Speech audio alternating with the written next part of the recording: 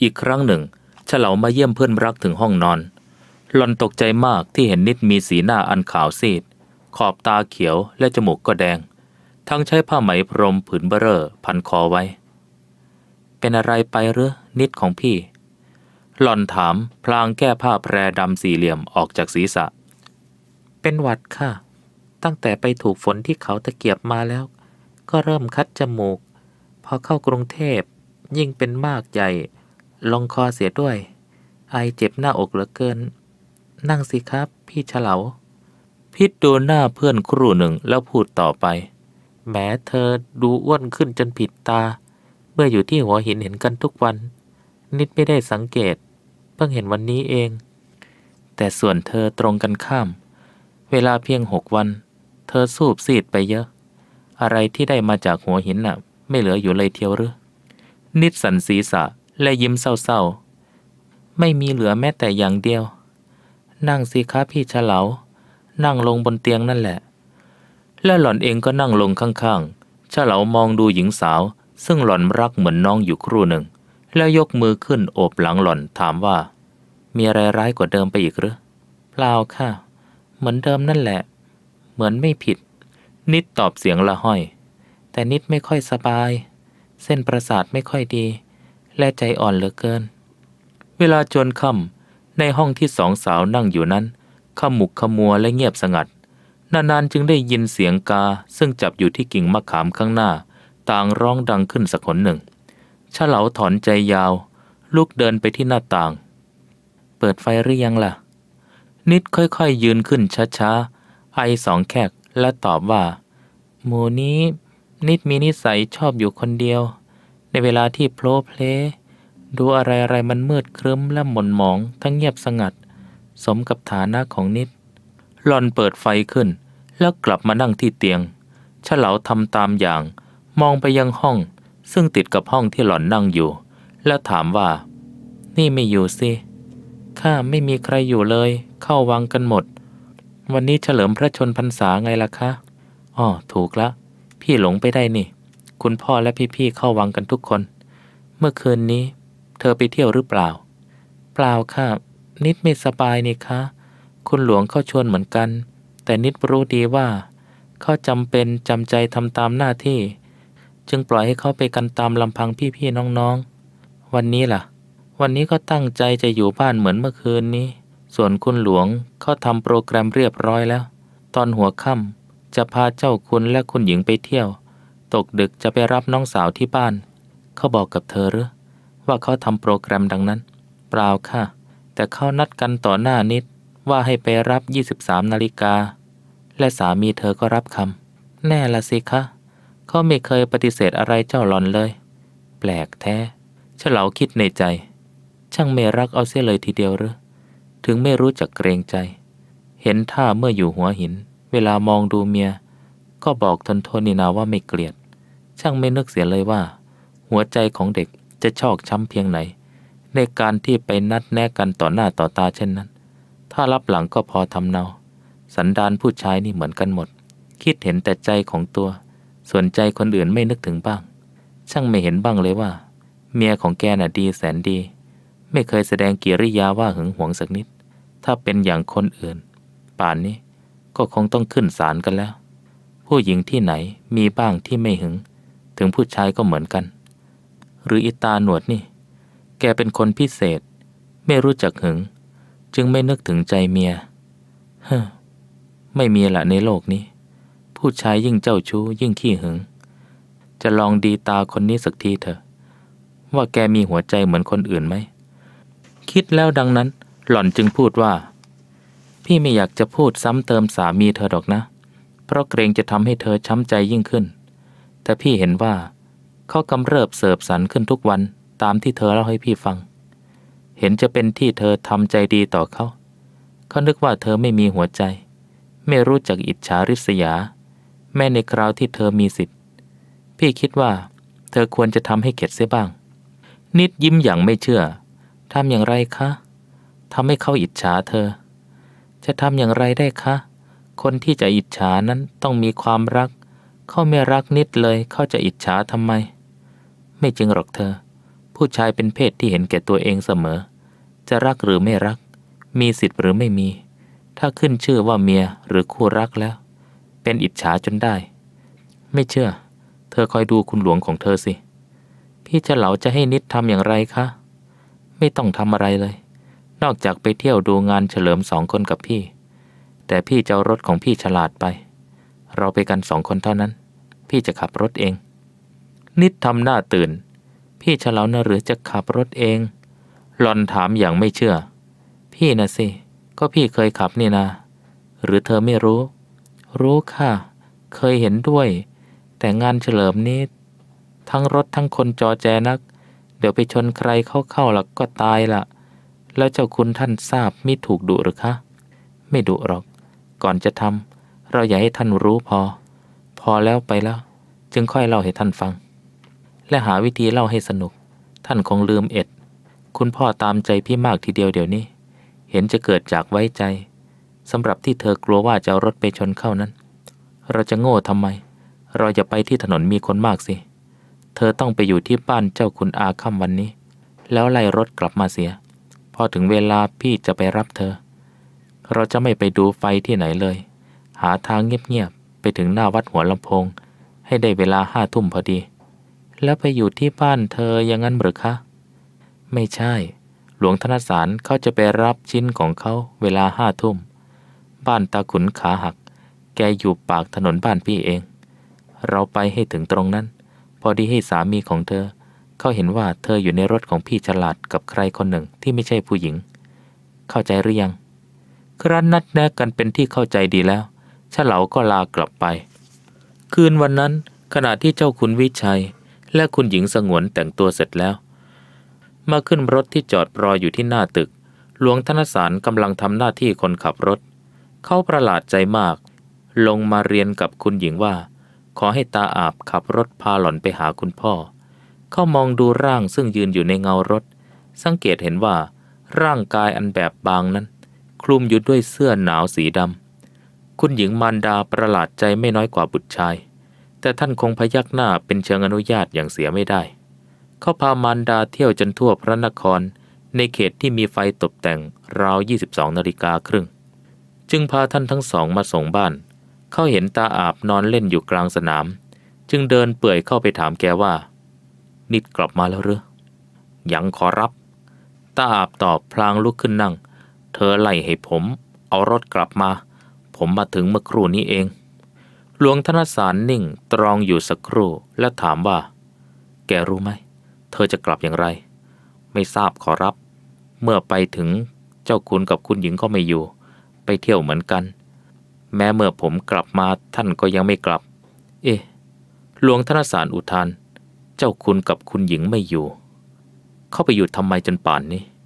แกจะเข้าใจผิดไปกระมังบางทีท่านจะกลับแล้วโดยที่แกไม่รู้ทราบสิขอรับผมอยู่ที่หน้ามุกตลอดเวลามีรถเข้ามาในบ้านคันหนึ่งเท่านั้นเป็นรถเฟียสตอนเดียวสีดำคนที่นั่งอยู่บนรถขับเองนั่งมาคนเดียวพอรถคันนั้นมาถึงคุณก็ไล่ให้ผมกลับบ้านหลวงธนสารขบกรามแน่นก่อนที่จะถามว่าคนที่มารถนั้นเป็นผู้หญิงหรือผู้ชายผมไม่เห็นหน้าถนัดหรอกครับเห็นแต่ใส่เสื้อยาวๆคล้ายเสื้อของคุณและไม่มีมวยผู้หญิงสมัยนี้เขาตัดผมข้างหลังเกรียนกันทั้งนั้นหลวงธนสารพูดลอยๆคล้ายพยายามจะหลอกให้ตัวเองครั้นรู้สึกตัวจึงเสพูดว่าแกไม่พาลูกพาเมียไปดูไฟกับเขาบ้างดอกหรือตาอาบไม่ไปหรอกขอรับผมเบื่อเสียแล้วเห็นทุกๆปีเหมือนกันแจมเข้าไปกับเด็กๆก็ได้หลวงธนสารเดินทอดน่องมาขึ้นรถในใจให้กระอักกระอ่วนกังวลใจหนึ่งอยากจะไปบ้านพ่อตาเพื่อดูว่าภริยาอยู่กับใครส่วนอีกใจหนึ่งเป็นห่วงหญิงที่ตนรักกลัวจะผิดนัดเสียสัญญาดังได้กล่าวแล้วว่าหลวงธนสารเป็นคนรักคำพูดเขามีวิธีรักษาสัตว์ตามใจของเขาเองอยู่เสมอเพราะฉะนั้นจึงหักใจเรื่องภริยาเสียได้และขับรถเล่นผ่านถนนสาทรมาโดยเร็วขึ้นสะพานลงถนนคอนแวนและออกศาลาแดงตรงไปหัวลำโพงใกล้ๆกับวัดมีสะพานไม้ขนาดพอดีรถยนต์ขึ้นได้สะพานหนึ่งสำหรับข้ามคลอง ที่ปลายสะพานคนละฝั่งกับถนนคือบ้านแม่รัศมีของเขาเวลานั้นยังไม่ถึง23 นาฬิกาหลวงธนสารจอดรถชิดกับรางรถแล้วบีบแตรขึ้น2 ทีในถนนที่เขาจอดอยู่นั้นค่อนข้างเงียบผิดกับถนนพระราม4ซึ่งแลเห็นอยู่ตรงหน้าห่างไกลหันไปทางขวามือแลเห็นหลังคาสถานีหัวลำโพงซึ่งไฟสีน้ำเงินและสีแดงส่องจับเป็นเงาสว่างไสวเขามองดูนาฬิกาข้อมือเห็นเวลา23 นาฬิกาตรงก็ได้ยินเสียงรถคันหนึ่งแล่นเข้ามาใกล้เขาหันหน้าไปดูและสะดุ้งเมื่อเห็นรถนั้นมีหน้าหม้ออย่างรถเฟียสและสีดำรถคันนั้นค่อยๆแล่นผ่านเข้าไปช้าพอที่เขาจะจำเสื้อคลุมกำมะหยี่ดำของภริยาได้กับเห็นร่างของคนที่ใส่เสื้อหนาวอย่างผู้ชายและไม่มีมวยได้ครั้นผ่านเข้าไปแล้วก็ชะลอเครื่องในที่สุดก็หยุดที่ข้างหน้าเขาห่างกันเพียง10 กว่าวาหลวงธนสารหน้ามืดกำมือแน่นไม่ทราบจะทำอย่างไรดีนอกจากจ้องตาไปข้างหน้าเห็นศีรษะของภริยาโคลงไปมาแสดงว่าหล่อนกำลังหัวเราะอย่างสนุกสนานกับเจ้าคนไม่มีมวยเขากำลังครุ่นคิดว่าเคยเห็นใครนั่งรถคันนี้ก็เห็นเจ้าคนไม่มีมวยนั้นลงจากรถเดินไปเปิดดูเครื่องความคิดบ้าๆเกิดขึ้นในสมองเขาเปิดประตูรถของเขาเองกระโดดลงเดินพรวดเข้าไปที่รถเฟียสภริยาของเขากำลังมองดูเพื่อนเดินทางของหล่อนซึ่งกำลังก้มหน้าอยู่เขามีรังรอตรงเข้าจับแขนหล่อนบีบโดยแรงว้ายนิดร้องใครนี่ตายอิตาป้าพี่เฉลาช่วยด้วยผู้ร้ายมันจะฉุดนิดพี่เฉลาหลวงธนสารคำรามเฉลาหรือฉลาดจำผัวไม่ได้จริงหรือต้องร้องให้คนอื่นช่วยนึกว่าใครเขาไม่รู้เท่านิดสะบัดแขนเต็มแรงหลุดจากมือของสามีหลวงธนสารฉวยแขนเสื้อไว้จึงถอดเสื้อเสียโดยเร็วลงไปยืนอยู่ข้างเพื่อนเดินทาง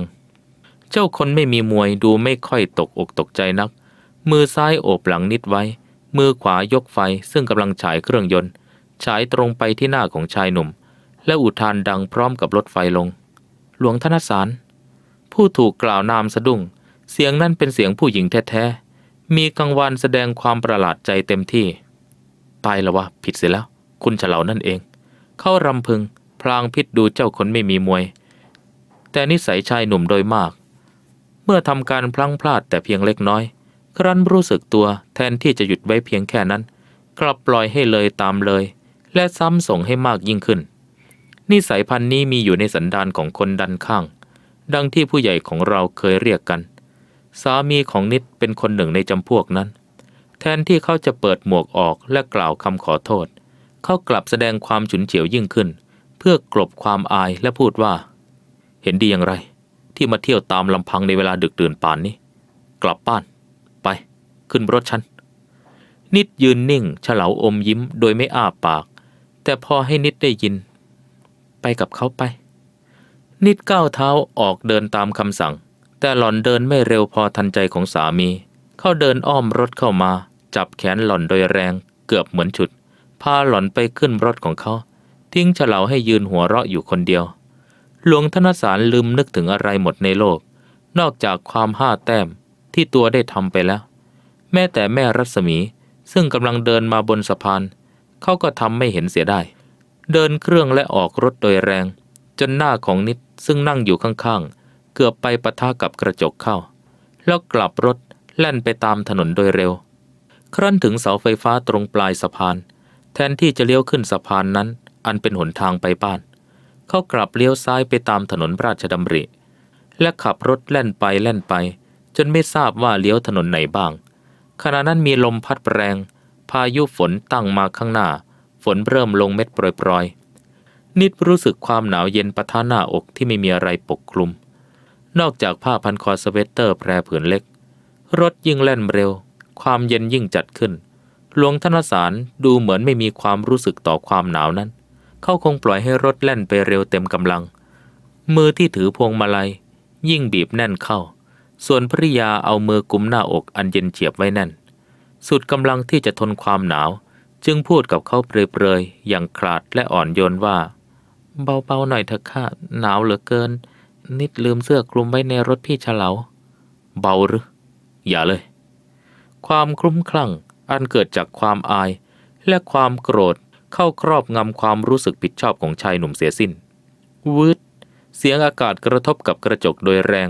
เขาได้ยินนิดครางเบาๆว่าโอ้ยหนาวจริงเย็นเหลือเกินแต่เขาไม่พรั่นคงพารถแล่นไปโดยเร็วดังลมพัดวกไปเวียนมาตามถนนต่างๆซึ่งเงียบและปราศจากผู้คนจนความบ้าในสมองบรรเทาลงหลวงธนสารจึงพารถกลับบ้านนิดไม่รู้สึกว่ารถแล่นเข้าบ้านเมื่อไรหล่อนลงจากรถขึ้นเรือนและเข้าไปอยู่ในมุ้งได้โดยวิธีใดร่างกายอ่อนเพลียเพราะเป็นหวัดอยู่แล้วตั้งอาทิตย์ไม่มีกำลังพอต้านทานกับความเย็นอันดุร้ายได้รุ่งขึ้นอีก2 วันเฉลามาหานิดในใจให้รู้สึกสนุกสนานล่วงหน้าเพราะคาดว่าจะได้ฟังข่าวดีอย่างไม่มีอะไรเลยกิริยาท่าทางอย่างวิกลจริตของหลวงธนสารก็พอจะทำให้หล่อนหัวเราะไปได้หลายชั่วโมงแต่การคาดคะเนของหล่อนผิดถนัดด้วยความประหลาดใจอย่างยิ่งหล่อนพบยายเพียรพี่เลี้ยงของนิดที่เชิงบันไดดวงหน้าอันเหี่ยวแห้งของแกแห้งยิ่งกว่าวันใดๆที่เฉลาเคยเห็นขอบตาอันบางของแกนั้นบวมและแดง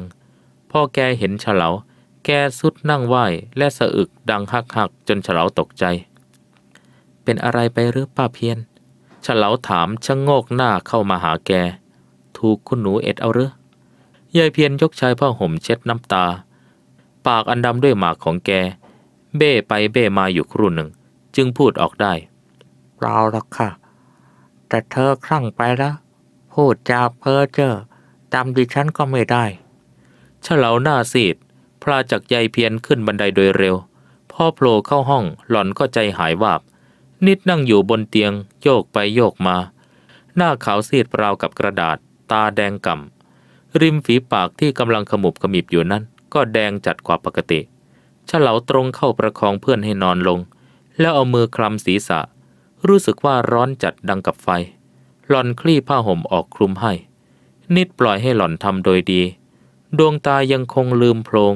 และไม่แสดงว่าจำเฉลาได้เฉลาสงสารเพื่อนจนน้ำตาไหลนั่งคิดไม่ทราบว่าจะทำอย่างไรต่อไปแล้วนึกถึงยายเพียรขึ้นมาได้จึงโผล่ประตูออกไปดูเห็นแกนั่งสะอึกสะอื้นอยู่เช่นเดิมก็เรียกแกขึ้นไปข้างบนไหนเล่าไปทีป้าเพียรมันเป็นอย่างไรกันนี่นิดเจ็บมาตั้งแต่เมื่อไรยาอยู่ก็ไม่เห็นมีเจ็บตั้งแต่เมื่อไรก็ไม่ทราบดิฉันมาถึงเห็นเธอนอนอยู่บนเตียงดิฉันเข้าไปจับเท้าเธอหันมามองดูตาเป๋งแล้วร้องว่าโอ้ยหนาวจริงเย็นเหลือเกินดิฉันตกใจถามเธอว่าเป็นอะไรเธอกลับผลักไหล่ดิฉันบ่นอยู่คำเดียวแต่ว่าหนาวดิฉันตกใจเลยวิ่งลงไปข้างล่างพอดีพบกับคุณเมื่อป้าเข้ามาเธออยู่คนเดียวหรือและไม่ไปไหนเสียล่ะอย่างไรก็ไม่ทราบค่ะดิฉันมาถึงเห็นเธอนอนอยู่คนเดียวเฉลานิ่งตรองอยู่ครู่หนึ่งจึงพูดว่านี่นะป้าเพียรหยุดร้องไห้เสียทีคุณหนูไม่ได้เป็นบ้าคลั่งอะไรหรอกเป็นไข้เท่านั้นป้าไปข้างหลังตึกนะถามคนใช้ดูว่าละไมอยู่ที่ไหนแล้วบอกให้เข้ามานี่บอกว่านิดเรียกและอย่าทำเอะอะไปล่ะนมเพียนไปแล้วเฉลากลับไปที่เตียงนิดกำลังพลิกตัวและดิ้นรนคล้ายกับกำลังต่อสู้กับอะไรสิ่งหนึ่งเฉลาจับหน้าผากหล่อนเบาๆแล้วเรียกชื่อด้วยเสียงอันอ่อนโยนนิดมองดูหน้าเฉลานิ่งอยู่ครู่หนึ่งแล้วไอโดยแรงจนตัวพัดไปมาพอหยุดไอก็พึมพำว่าอุ๊ยหนาวจริงเฉลากัดริมฝีปากโดยแรงเพื่อกลั้นน้ำตาค่อยๆลูบศีรษะและร่างกายของคนไข้และพูดปลอบโยนด้วยคำอ่อนหวานความสัมผัสอันนิ่มนวลและเสียงอันเต็มไปด้วยความปราณีทำให้คนไข้สงบกระสับกระส่ายลงบ้างนิดถอนใจแรงและหลับตาลงนมเพียรกลับมาพร้อมด้วยละไมนางคนใช้ทำท่าตื่นเฉลายกมือเป็นเครื่องหมายให้เงียบแล้วพาคนทั้งสองไปนั่งที่บันไดละไมเฉลาตั้งปัญหาคุณของแกเป็นอย่างนี้มาแต่เมื่อไรเพิ่งเป็นวันนี้เองเจ้าค่ะเมื่อวานไม่เป็นอะไรเลยหรือเป็นเหมือนกันเจ้าค่ะเมื่อวานนี้ตอนเช้าเธอบ่นว่าปวดศีรษะและเจ็บที่หน้าอกเธอให้ดิฉันไปเรียนคุณหญิงว่าเธอไม่รับประทานอาหารเพราะเธอไม่สบาย ดิฉันนำน้ำชาฝรั่งมาให้เธอถ้วยหนึ่งเธอรับประทานเข้าไปอึกเดียวแล้วก็บอกว่ารับประทานไม่เข้าตอนกลางวันก็ไม่ได้รับประทานอาหารตอนเย็นก็เหมือนกันคุณหญิงสั่งให้ดิฉันนำอาหารขึ้นมาให้บนนี้ดิฉันเอาข้าวสวยกับแกงส้มมาเธอกลับไล่ให้เอาลงไปเสียเธอนอนคลุมผ้าอยู่นิ่งๆทั้งวันครั้นเช้าวันนี้ดิฉันขึ้นมาเห็นเธอกำลังเพ้ออยู่แล้วแกไปบอกใครหรือเปล่าบอกเจ้าค่ะบอกแม่ผันแม่ครัวกับนายแปลกดีเฉลาประชดไปบอกทำไมยายคนครัวทำไมถึงไม่เรียนคุณหญิงละไมอึกอักอยู่ครู่หนึ่งดิฉันกลัวท่านเจ้าค่ะกลัวทำไมแกทำอะไรผิดหรือถึงจะต้องกลัวก็อีจะเรียนว่านายของตัวเจ็บก็ต้องกลัวด้วยหรือเพราะเมื่อดิฉันไปเรียนท่านว่าคุณไม่สบายเมื่อตอนเช้าวันนี้ใครๆก็อยู่ที่นั่นเจ้าคุณก็อยู่คุณหลวงก็อยู่คุณรัศมีก็อยู่ด้วยคุณหญิงท่านกลับว่าสมน้ำหน้าขึ้นรถเที่ยวตามหึงผัวจนเจ็บดิฉันอายแทนคุณเจ้าค่ะและวันนี้คุณหญิงก็มีแขกทั้งวันเฉลารู้สึกตัวร้อนซ่าด้วยความโกรธความโหดร้ายชนิดนี้แรงมากจนเกือบเหลือเชื่อเพราะฉะนั้นหล่อนจึงซักต่อโดยหวังว่าจะได้ฟังเสียงที่ดีกว่านี้แกว่าเวลาที่แกไปเรียนคุณหญิงคุณหลวงอยู่ด้วยไม่ใช่หรือท่านไม่ได้ถามแกหรือว่าคุณนิดมีอาการเป็นอย่างไรคุณหลวงหรือเจ้าค่ะไม่ได้ถามเจ้าค่ะ